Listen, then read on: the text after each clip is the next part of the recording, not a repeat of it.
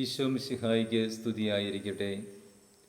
നമ്മുടെ കർത്താവായ ഈശോ മിശിഹായുടെ കൃപയും സമാധാനവും സ്നേഹവും കരുണയും വാത്സല്യവും എന്നെ കേൾക്കുകയും കാണുകയും ചെയ്യുന്ന നിങ്ങളെല്ലാവരോടും കൂടെ സമൃദ്ധമായി ഉണ്ടാകട്ടെ. മിശിഹായിൽ ഏറ്റവും സ്നേഹിക്കപ്പെട്ടവരെ, ആരാധനാ വത്സരത്തിൻ്റെ ഏലിയ, സ്ലീവ, മോശ കാലത്തിലേക്ക് നാം പ്രവേശിക്കുകയാണ്.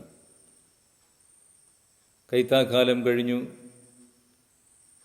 ഏലിയ, സ്ലീവ, മോശക്കാലത്തിൻ്റെ ആരംഭത്തിലേക്ക് നാം കടക്കുമ്പോൾ സഭ നമുക്ക് നൽകുന്ന വചന വിചിന്തനം വിശുദ്ധ ലൂക്ക അറിയിച്ച സുവിശേഷം 18-ാം അധ്യായം 35 മുതൽ 43 വരെയുള്ള തിരുവചനങ്ങളാണ്. കഴിഞ്ഞ കാലത്തിൻ്റെ തുടർച്ച എന്നോണം പ്രാർത്ഥനയെക്കുറിച്ചുള്ള ഒരു ചിന്ത തന്നെയാണ് ഈ വചനഭാഗവും നമുക്ക് നൽകുന്നത്. വഴിയരികിലിരുന്ന് ഭിക്ഷയാചിച്ചുകൊണ്ടിരുന്ന ഒരു മനുഷ്യൻ, അന്ധനായ മനുഷ്യൻ, അയാളുടെ ദൈവാശ്രയ ബോധവും അയാളുടെ ദൈവത്തിലുള്ള വിശ്വാസത്തിൻ്റെ ഫലവുമാണ് ഈ സുവിശേഷ ഭാഗത്ത് പ്രകടമായി നാം കാണുന്നത്. ഇയാളുടെ ഈ സൗഖ്യദായകമായ അനുഭവത്തിലേക്ക് അയാൾ പ്രവേശിക്കുമ്പോൾ, അയാളെ ഒന്ന് പഠിക്കുമ്പോൾ നമുക്ക് കാണാൻ സാധിക്കും, അയാൾ അന്വേഷിക്കുന്നുണ്ട്, തിരിച്ചറിയുന്നുണ്ട്, അപേക്ഷിക്കുന്നുണ്ട്. പ്രാർത്ഥനയുടെ നിറവിന് അടിസ്ഥാനപരമായ 3 കാര്യങ്ങളാണ് ഇവ. ഒന്നാമതായി, ദൈവത്തെ അന്വേഷിക്കുന്നവരായി മാറണം നമ്മൾ. രണ്ടാമതായി, അന്വേഷിച്ചു കഴിയുമ്പോൾ ദൈവത്തെ കണ്ടെത്തി തിരിച്ചറിയുന്നവരായി മാറണം. മൂന്നാമതായി, തിരിച്ചറിയുന്ന ആ ദൈവത്തോട് അപേക്ഷിക്കുവാൻ നമുക്ക് കഴിയണം. ഇത് 3 സംഭവിക്കുമ്പോഴാണ് ഈ അന്ധന് സംഭവിച്ചതുപോലെ നമ്മുടെ ജീവിതത്തിലും സംഭവിക്കുന്നത്. അയാൾ വഴിയരികിലിരുന്ന് ഭിക്ഷയാചിച്ചു കൊണ്ടിരുന്ന ഒരു അന്ധനായിരുന്നു. ആരവം കേട്ട് കഴിഞ്ഞപ്പോൾ അയാൾ അടുത്തുള്ള ആളുകളോട് ചോദിക്കുകയാണ്, എന്താണ് ഇവിടെ ഒരു ബഹളം, ഒരു ആരവം കേൾക്കുന്നത്, എന്താണ് സംഭവിക്കുന്നത്? അപ്പോൾ ഒരാൾ പറഞ്ഞു, നസ്രായനായ ഈശോ കടന്നു വരുന്ന സംഭവമാണ്. നസ്രായനായ ഈശോയെക്കുറിച്ച് ഇയാൾ മുമ്പ് കേട്ടിട്ടുണ്ടായിരുന്നിരിക്കണം. അപ്പോൾ അയാൾ തിരിച്ചറിഞ്ഞു, അയാളുടെ അന്വേഷണം കഴിഞ്ഞു, അയാൾ തിരിച്ചറിഞ്ഞു. ഈ തിരിച്ചറിവിന് ഒരു തലം കൂടി നമുക്ക് ആഴത്തിൽ മനസ്സിലാക്കേണ്ടതുണ്ട്. ഈ തിരിച്ചറിവ് അയാളുടെ ജീവിതത്തിൽ വിശ്വാസത്തിലുള്ള വളർച്ചയ്ക്ക് സഹായിക്കുന്ന ഘടകമായി മാറുകയാണ്. നമ്മുടെയൊക്കെ ജീവിതത്തിൽ സംഭവിക്കാത്തതും ഇത് തന്നെയാണ്. നമ്മളൊക്കെ ദൈവത്തെ തിരിച്ചറിയുന്നുണ്ടോ എന്നുള്ളത് നമ്മൾ ചിന്തിക്കേണ്ട യാഥാർത്ഥ്യമാണ്. യഥാർത്ഥത്തിൽ തിരിച്ചറിയുക എന്ന് പറയുന്നത് വിശ്വാസത്തിലുള്ള വളർച്ചയിലേക്ക് പ്രവേശിക്കുക എന്ന് തന്നെയാണ് അർത്ഥമാക്കുന്നത്. ദൈവത്തെ കണ്ടെത്തി അത് ദൈവമാണെന്ന് തിരിച്ചറിഞ്ഞു കഴിഞ്ഞാൽ ആ ദൈവത്തിൽ പരിപൂർണമായും നമ്മൾ അടിയറവ് പറയുകയാണ് ചെയ്യുന്നത്.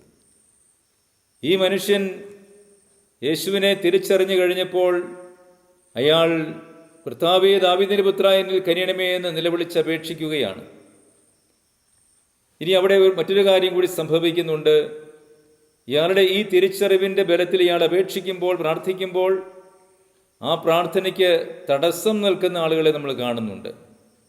നമ്മുടെയൊക്കെ ജീവിതത്തിൽ പലപ്പോഴും പ്രാർത്ഥനയ്ക്ക് തടസ്സമുണ്ടാക്കുന്ന വ്യക്തികളോ സാഹചര്യങ്ങളോ ഒക്കെ കണ്ടേക്കാം. ഈ വ്യക്തികളും സാഹചര്യങ്ങളും ഒക്കെ ഉണ്ടാകുമ്പോൾ നമ്മൾ അവർക്കൊക്കെ അധീനരായി പോകുന്നത് കൊണ്ട് നമ്മുടെ പ്രാർത്ഥനയ്ക്ക് വിഘ്നം വരാറുണ്ട്. പ്രിയപ്പെട്ടവരെ, ഈ അന്ധൻ എന്താണ് ചെയ്യുന്നത്? തടസ്സപ്പെടുത്തിയവരെ അതിജീവിച്ചുകൊണ്ട് മുന്നോട്ട് പോവുകയാണ്. അയാൾ കൂടുതൽ ഉച്ചത്തിൽ നിലവിളിച്ചു എന്നാണ് പറയുന്നത് വചനം. നോക്കുക, അയാളുടെ തീക്ഷ്ണത, അതാണ് അയാളുടെ തിരിച്ചറിവിൻ്റെ വിശ്വാസ വളർച്ചയുടെ പ്രകടനം നമ്മളിവിടെ കാണുന്നത്. ഇത് തന്നെയാണ് നമ്മുടെ ജീവിതത്തിലും ഉണ്ടാകേണ്ടത്.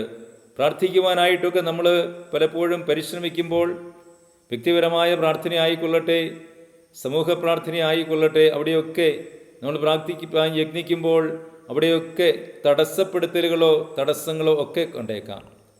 എന്നാൽ ഈ തടസ്സപ്പെടുത്തലുകളെയോ തടസ്സങ്ങളെയോ ഒക്കെ അതിജീവിക്കാൻ കഴിയുന്നവർക്കാണ് യേശു അനുഭവം ഉണ്ടാകുന്നത്. അയാൾ കൂടുതൽ ഉച്ചത്തിൽ നിലവിളിച്ചു പറഞ്ഞപ്പോൾ ഈശോയെ അവിടെ പിടിച്ചു നിർത്തുകയാണ് അയാളുടെ പ്രാർത്ഥന. അതുകൊണ്ട് പ്രാർത്ഥിക്കുമ്പോൾ നമ്മൾ മൗനമായി പ്രാർത്ഥിക്കുന്നതിനേക്കാൾ ബലം, ശക്തി, പവറ് നമ്മൾ ഉച്ചത്തിൽ പ്രാർത്ഥിക്കുമ്പോഴാണ്. ഉച്ചത്തിൽ പ്രാർത്ഥിക്കുമ്പോൾ എന്ന് പറഞ്ഞാൽ മൗനപ്രാർത്ഥനയ്ക്ക് പ്രാധാന്യം വേണ്ട എന്നല്ല ഇതിൻ്റെ അർത്ഥം. ഉച്ചത്തിൽ പ്രാർത്ഥിക്കേണ്ടതിൻ്റെ സമയത്ത് ഉച്ചത്തിൽ പ്രാർത്ഥിക്കണം. അപ്പോഴാണ് കർത്താവിൻ്റെ സന്നിധിയിൽ നമ്മുടെ മറ്റ് തടസ്സപ്പെടുത്തലുകളിൽ നിന്നുമൊക്കെ ഉപരിയായ പ്രാർത്ഥന അപേക്ഷയായി അവിടെ ചെല്ലുന്നത്. കർത്താവിനെ അവിടെ പിടിച്ചു നിർത്തി അയാളെ കൊണ്ടുവരാൻ പറയുകയാണ്. അത് കേട്ട് കഴിഞ്ഞപ്പോൾ അവൻ തുള്ളിച്ചാടി ഓടുകയാണ് കർത്താവിൻ്റെ പക്കലേക്ക്. അവൻ ഓടിച്ചെന്നപ്പോൾ കർത്താവ് ചോദിക്കുന്ന ഒരു ചോദ്യമുണ്ട്: ഞാൻ നിനക്ക് വേണ്ടി എന്ത് ചെയ്യണമെന്നാണ് നീ ആഗ്രഹിക്കുന്നത്? ഞാൻ നിനക്ക് വേണ്ടി എന്ത് ചെയ്യണമെന്നാണ് നീ ആഗ്രഹിക്കുന്നത്? വളരെ മനോഹരമായൊരു ചോദ്യമാണ്, അല്ലേ? നമ്മളൊക്കെ പലപ്പോഴും കർത്താവ് ഇങ്ങനെ ചോദിക്കുന്നുണ്ടായിരിക്കും നമ്മുടെ പ്രാർത്ഥനാ വേളയിൽ: ഞാൻ നിനക്ക് വേണ്ടി എന്ത് ചെയ്യണമെന്നാണ് നീ ആഗ്രഹിക്കുന്നത്? പ്രിയപ്പെട്ടവരെ, ഈ ചോദ്യം വാസ്തവത്തിൽ ഈശോ അയാളുടെ വിശ്വാസം പരീക്ഷിക്കുന്ന ഒരു ചോദ്യമാണ്. അപ്പോൾ അയാൾ എന്താണ് പറയുന്നത്? കർത്താവേ, എൻ്റെ കാഴ്ച വീണ്ടു കിട്ടണം. ഈ മറുപടിയിൽ ഒരു കാര്യം അന്തർലീനമായിട്ടുണ്ട്. അതായത് അയാൾ മുമ്പ് കാഴ്ച ഉണ്ടായിരുന്ന വ്യക്തിയായിരുന്നു എന്ന് വേണം മനസ്സിലാക്കാൻ. വീണ്ടു കിട്ടണമെന്ന് പറയുമ്പോൾ അയാൾക്ക് നഷ്ടപ്പെട്ടതാണ് ഈ അവസരത്തിൽ. അപ്പോൾ നഷ്ടപ്പെട്ട കാഴ്ച വീണ്ടു കിട്ടാൻ വേണ്ടി അയാൾ കർത്താവിൽ ശരണം വയ്ക്കുകയാണ്, വിശ്വാസമർപ്പിക്കുകയാണ്. കർത്താവിന് തന്നെ സുഖപ്പെടുത്തുവാൻ സാധിക്കുമെന്ന്, തൻ്റെ കണ്ണിന് കാഴ്ച നൽകുവാൻ സാധിക്കുമെന്ന് അയാൾക്ക് ഉറച്ച ബോധ്യമുണ്ടായിരുന്നു, ഉറച്ച വിശ്വാസമുണ്ടായിരുന്നു, ഉറച്ച പ്രത്യാശ അയാൾക്കുണ്ടായിരുന്നു. അതുകൊണ്ട് അയാൾ ധീരമായി കൂടുതൽ ഉച്ചത്തിൽ നിലവിളിച്ചുകൊണ്ട് കർത്താവിൻ്റെ പക്കലേക്ക് എത്തിപ്പെടുവാനുള്ള മാർഗം അന്വേഷിക്കുകയാണ് ചെയ്തത്. പ്രിയമുള്ളവരെ, നമ്മുടെ ജീവിതത്തിലും ഈ ഒരു ദാഹം, ഈ ഒരു ത്വര നമുക്കുണ്ടാകണം. ദൈവസന്നിധിയിലേക്ക് കടന്നു ചെല്ലുവാൻ തടസ്സങ്ങളെ അതിജീവിച്ചുകൊണ്ട് മുന്നോട്ട് പോകുന്നവരായി മാറുമ്പോഴാണ് നമ്മുടെ അനുദിന ജീവിതത്തിൽ ദൈവത്തിൻ്റെ ഇടപെടലുണ്ടാവുകയും ആ ഇടപെടലിൻ്റെ പശ്ചാത്തലത്തിൽ നമുക്ക് അനുഗ്രഹങ്ങൾ ലഭിക്കുകയും ചെയ്യുന്നത്. നമ്മുടെ വിശ്വാസത്തിന് ഉത്തരം കിട്ടണമെങ്കിൽ ഇതുപോലെ ഒരു അന്വേഷണവും ഒരു തിരിച്ചറിവും ഒരു അപേക്ഷയും ആവശ്യമാണ്. ഈ മനുഷ്യനെ സംബന്ധിച്ചിടത്തോളം നിരവധിയായ തടസ്സങ്ങളുണ്ടായി എങ്കിലും ആ തടസ്സങ്ങളെയൊക്കെ അതിജീവിക്കുവാൻ അയാൾ പരിശ്രമിച്ചു എന്നുള്ളത് അയാളുടെ ജീവിതത്തിൽ ദൈവം ഇടപെടാൻ കാരണമായി തീർന്നു. നമ്മുടെയൊക്കെ ജീവിതത്തിൽ പലപ്പോഴും ദൈവം ഇടപെടുന്നില്ല, ദൈവം ഗവനിക്കുന്നില്ല എന്ന പരാതി പറയുന്നവരാണ് പലപ്പോഴും നമ്മൾ.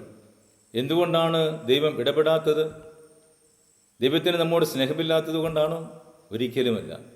ദൈവം ഒരിക്കലും നമ്മളെ കൈവിടില്ല. നമ്മൾ കൈവിടുന്നത്, നമ്മൾ ദൈവത്തെയാണ് കൈവിടുന്നത്. നമ്മൾ ദൈവത്തിൽ നിന്നും അകന്നിരിക്കുന്നത് കൊണ്ടാണ് ദൈവത്തിൻ്റെ അനുഗ്രഹം നമുക്ക് പൂർണ്ണമായും ലഭിക്കാത്തത്. ബലം പ്രയോഗിച്ച് നമ്മൾ കർത്താവിൻ്റെ അടുക്കിലേക്ക് കടന്നു ചെല്ലുവാൻ ഈ അന്ധനെ പോലെ കഴിയണം. അവിടെ മാത്രമേ ദൈവം ഇടപെടുകയുള്ളൂ, അല്ലെങ്കിൽ ദൈവം അവിടെ സ്പർശിക്കുകയുള്ളൂ, അവിടെ സൗഖ്യം തരികയുള്ളൂ. അതുകൊണ്ട് പ്രിയമുള്ളവരെ, ഈ അന്ധൻ്റെ കഥ നമ്മളെ ഓർമ്മിപ്പിക്കുന്നത് വിശ്വാസത്തിലുള്ള വളർച്ച അത് ദൈവസന്നിധിയിലേക്കുള്ള അടുപ്പമാണെന്ന് പഠിപ്പിക്കുകയാണ്. ദൈവസന്നിധിയിലേക്ക് അടുത്തു ചെല്ലലാണത്. ദൈവസന്നിധിയിൽ ഒന്നായിത്തീരുന്ന അവസ്ഥയാണ്. ഈ അവസരത്തിൽ നമ്മൾ ആ ഒന്നാകലിൻ്റെ നിറവിലായിരിക്കുമ്പോൾ അവിടുന്ന് നമ്മളെ സ്പർശിക്കുകയോ അവിടുന്ന് നമ്മളെ തലോടുകയോ അവിടുന്ന് നമ്മളെ അനുഗ്രഹിക്കുകയോ ഒക്കെ ചെയ്യുമ്പോൾ അതെല്ലാം വലിയ ദൈവാനുഭവത്തിൻ്റെ അടയാളങ്ങളായി മാറുകയാണ്. അത് നമ്മുടെ അടഞ്ഞിരിക്കുന്ന ആന്തരിക നേത്രങ്ങളൊക്കെ തുറക്കപ്പെടുവാനും എല്ലാവരോടും ക്ഷമിക്കുവാനും എല്ലാവരോടും പൊറുക്കുവാനും എല്ലാവരെയും സ്നേഹിക്കുവാനും ജാതി മത വർണ്ണ വ്യത്യാസമില്ലാതെ എല്ലാവരെയും ചേർത്ത് നിർത്തുന്ന, എല്ലാവരെയും സ്നേഹിക്കുന്ന ഒരു വലിയ സുവിശേഷമാണ് ഈശോ പുതിയ നിയമത്തിൽ നമ്മളെ പഠിപ്പിച്ചത്. ഞാൻ നിങ്ങളെ സ്നേഹിച്ചതുപോലെ നിങ്ങളും പരസ്പരം സ്നേഹിക്കുവിൻ. അവിടെ ആരെന്ന് നോട്ടമില്ല. ശത്രുക്കളെ പോലും സ്നേഹിക്കാൻ പഠിപ്പിച്ച ഈശോയുടെ ആ സമീപത്തേക്ക് കടന്നു ചെല്ലുവാൻ കഴിയുന്നവർക്ക് മാത്രമേ എല്ലാവരെയും സ്നേഹിക്കുവാനും ആദരിക്കുവാനും സഹോദര തുല്യം വീക്ഷിക്കുവാനും പെരുമാറുവാനും കഴിയുകയുള്ളൂ. ആരെയും നമുക്ക് വെറുക്കാൻ കഴിയില്ല, ആരെയും അകറ്റി നിർത്താൻ കഴിയില്ല. ദൈവത്തോട് അടുത്ത് നിൽക്കുന്ന ഒരു വ്യക്തിക്ക് ഒരിക്കലും ആരെയും അകറ്റി നിർത്താൻ കഴിയില്ല. അത് ദൈവസ്നേഹത്തിൻ്റെ അടയാളമാണ്. പ്രിയപ്പെട്ടവരെ, അതുകൊണ്ട് നമുക്കറിയാം, ദൈവിക പുണ്യങ്ങൾ വിശ്വാസവും പ്രത്യാശയും സ്നേഹവുമാണ്. ഇത് മൂന്നും സമ്മിളിതമാകുമ്പോഴാണ് ഒരു വ്യക്തി ദൈവസന്നിധിയിൽ വിലയം പ്രാപിക്കുന്ന അനുഭവത്തിലേക്ക് പ്രവേശിക്കുന്നത്. ഇത് മൂന്നല്ല ഒന്നാണ് എന്ന് നമ്മൾ ചിന്തിച്ചിട്ടുണ്ട്. അപ്പോൾ തീർച്ചയായിട്ടും ഇത് മൂന്നും ഒരു വ്യക്തിയിൽ സമ്മിളിതമാകുമ്പോഴാണ് ആ വ്യക്തി ദൈവ സാന്നിധ്യം കൊണ്ട് നിറയുകയും ദൈവാനുഭവം കൊണ്ട് നിറയുകയും ചെയ്യുന്നത്. അപ്രകാരം നമുക്ക് വിശ്വാസത്തിലും പ്രത്യാശയിലും സ്നേഹത്തിലും പദമൂന്നിയ ജീവിതം നയിച്ചുകൊണ്ട് എല്ലാവരെയും സ്നേഹിക്കുന്ന, എല്ലാവരെയും കണ്ണുകൊണ്ട് തുറന്ന് കാണുന്ന മനോഭാവത്തോടുകൂടി ഈശോയുടെ ജീവിത ശൈലി സ്വീകരിച്ചുകൊണ്ട് ക്രിസ്തുവിൻ്റെ മക്കളായി വളരുവാൻ നമുക്ക് ആത്മാർത്ഥമായിട്ട് ആഗ്രഹിക്കാം. അതിനുള്ള കൃപയ്ക്കായി പ്രാർത്ഥിക്കാം. എല്ലാവരെയും സ്നേഹിച്ച, ശത്രുക്കളെ പോലും സ്നേഹിച്ച് പാഠം നൽകിയ ഈശോ നമ്മളെല്ലാവരെയും സൗഖ്യമാക്കുകയും നമ്മളെ എല്ലാവരെയും അനുഗ്രഹിക്കുകയും ചെയ്യട്ടെ. ആമേൻ.